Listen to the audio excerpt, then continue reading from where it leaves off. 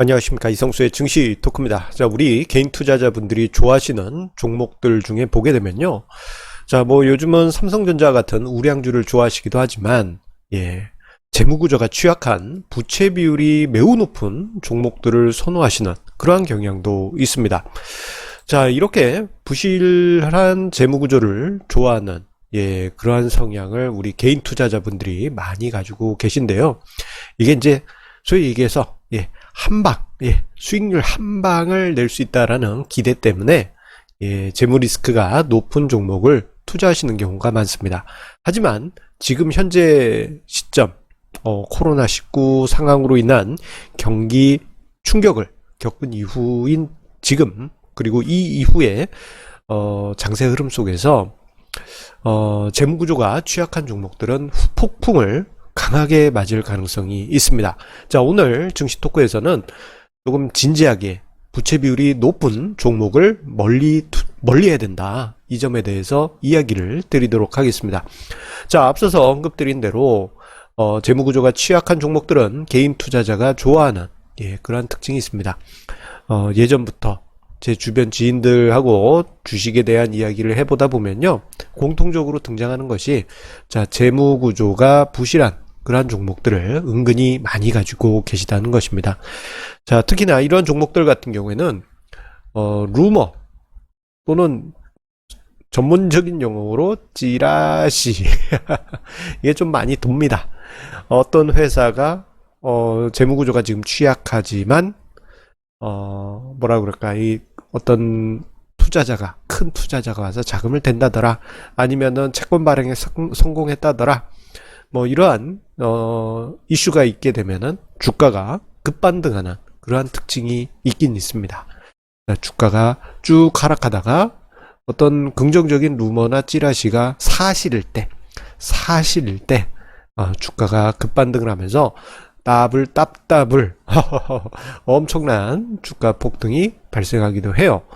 자, 그런데 이러한 종목들의 특징은 부채 비율이 200%를 넘어서 500%, 1000%, 심지어는 완전 자본 잠식 상태에 빠져서 부채 비율 자체를 계산할 수도 없는 경우도 많이 있습니다. 자, 그런데 이러한 종목들 수익률만 노리고 접근했다가는요, 오히려 더 큰 낭패를 볼 가능성이 훨씬 높습니다. 오히려 주가가 폭락하는 경우가 더 많이 있어요.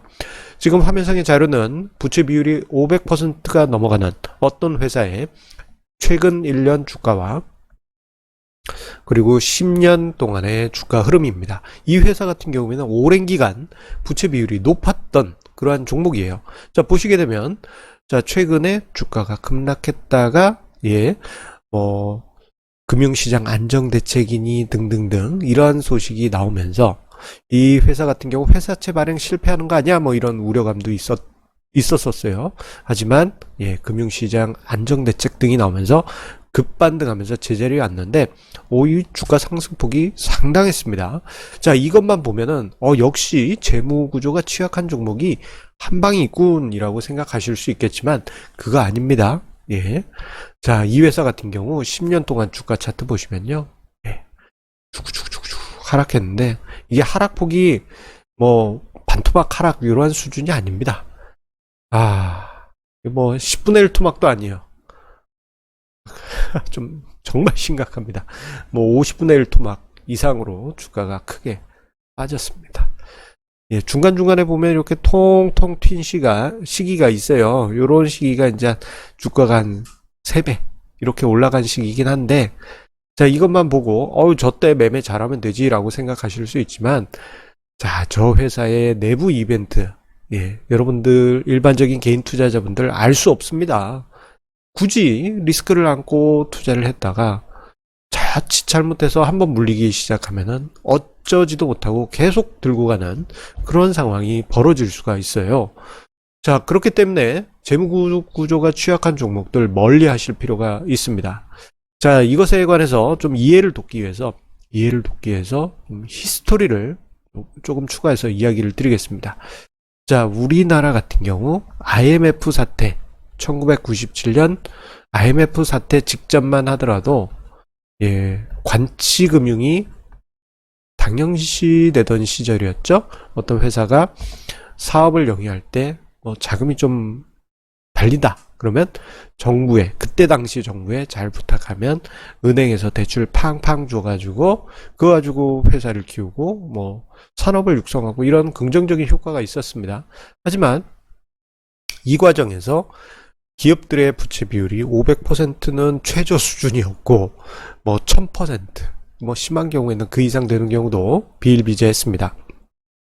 결국 IMF 사태 터진 이후에 자, 기업들의 재무 구조는 급격하게 개선이 됐어요. IMF의 자존심 팔면서 정말 그 돈 이렇게 빌리려고 했던 상황들 자존심 상하잖아요. 예. 그래서 회사 내부적으로 생존할 수 있어야 된다. 예, 이러한 분위기가 만들어지면서 기업들이 기회가 될 때마다 부채 비율을 낮춰왔고요. 그리고 1999년, 2000년 초반 사이에 그때 당시 정부에서 상장 기업들 부채 비율 200% 이하로 맞춰라 라는 그런 강제 조항이 있기도 했습니다. 그러면서 이제 그때 당시 유상증자 또는 합종연행을 통해 가지고 부채 비율을 크게 낮췄어요.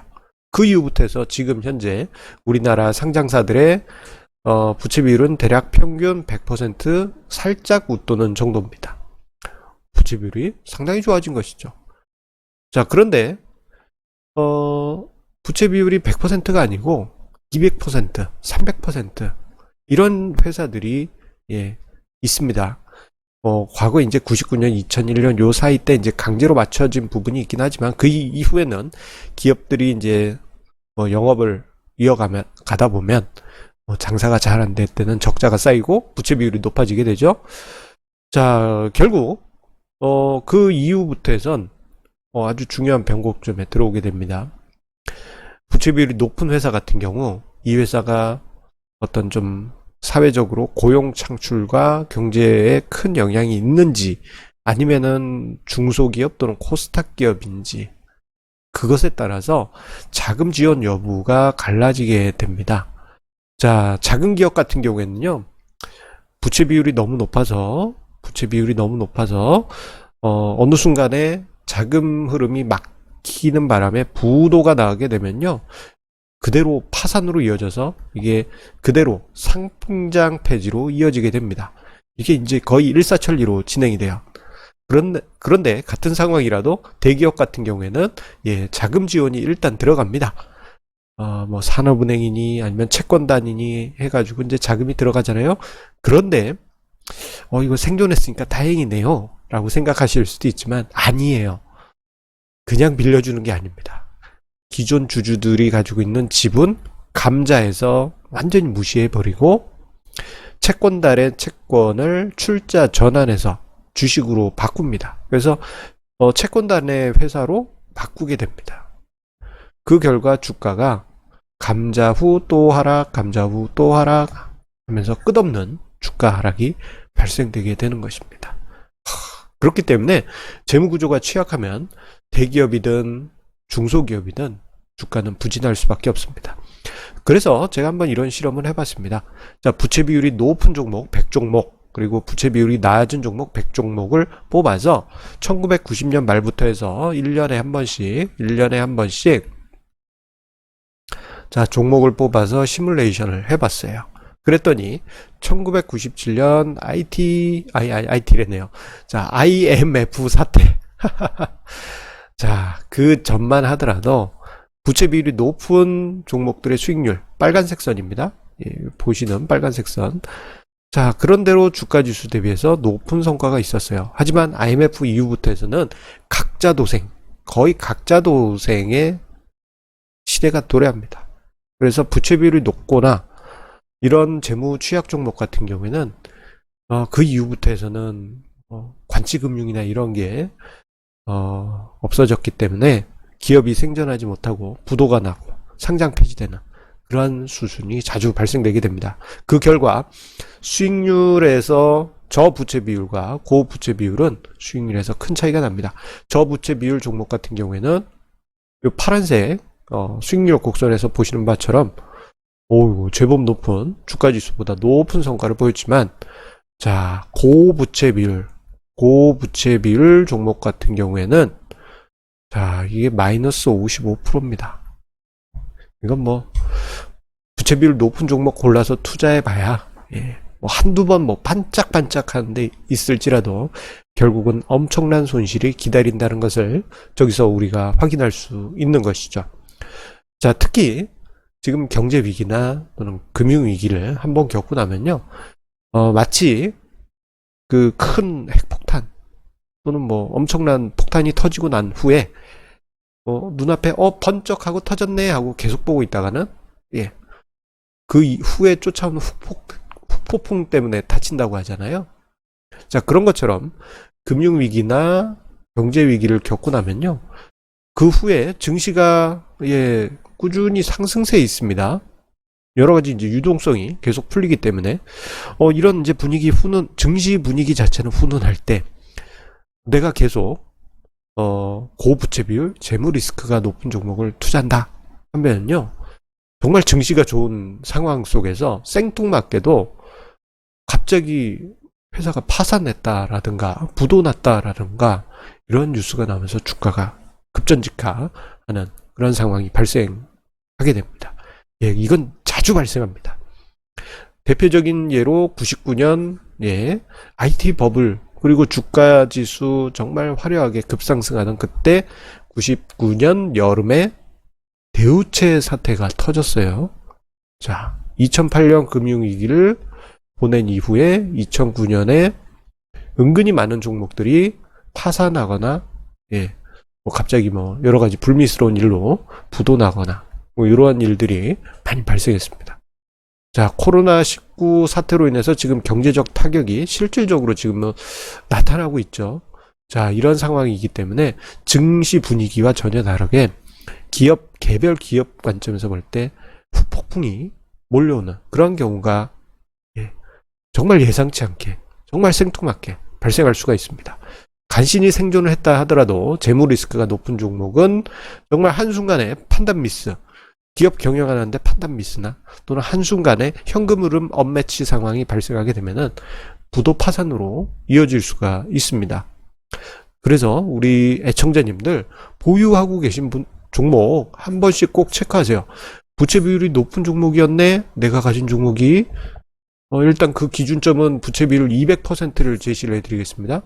부채 비율이 뭐예요? 라고 궁금하신 분은 이게 이제 재무제표에서 자기 자본으로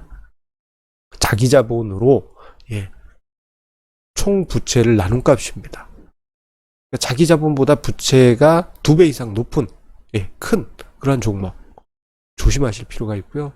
500%가 넘어갔다? 이런 경우에는 또 한 번의 또는 굵직한 재무적 사건이 발생할 수도 있습니다. 자, 꼭 이 점 염두해 주시면서 투자에 임해 주시기 바라겠습니다. 자, 우리 애청자님들께 한 가지 공지 안내 드리겠습니다.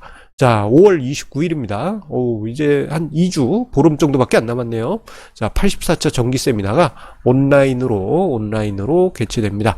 자, 저희 온라인 세미나는 신청자에 한해서 참여 방법을 안내해 드리고 있어요. 그래서 저희 댓글 최상단과 영상 본문에 참여 방법 안내를 남겨놓도록 하겠습니다. 자, 이미 많은 애청자님들이 신청을 해주시고 함께 해주고 계시죠? 그분들께서 흐뭇해 하시면서 투자해야 한 투자 지식들 함께 많이 쌓아가고 계십니다. 자, 우리 애청자님들 중에 아직 참여하지 않으셨던 분 계시면은 저희 정기 세미나 함께 하시면서 성공 투자의 길 만들어 가시기 바라겠습니다.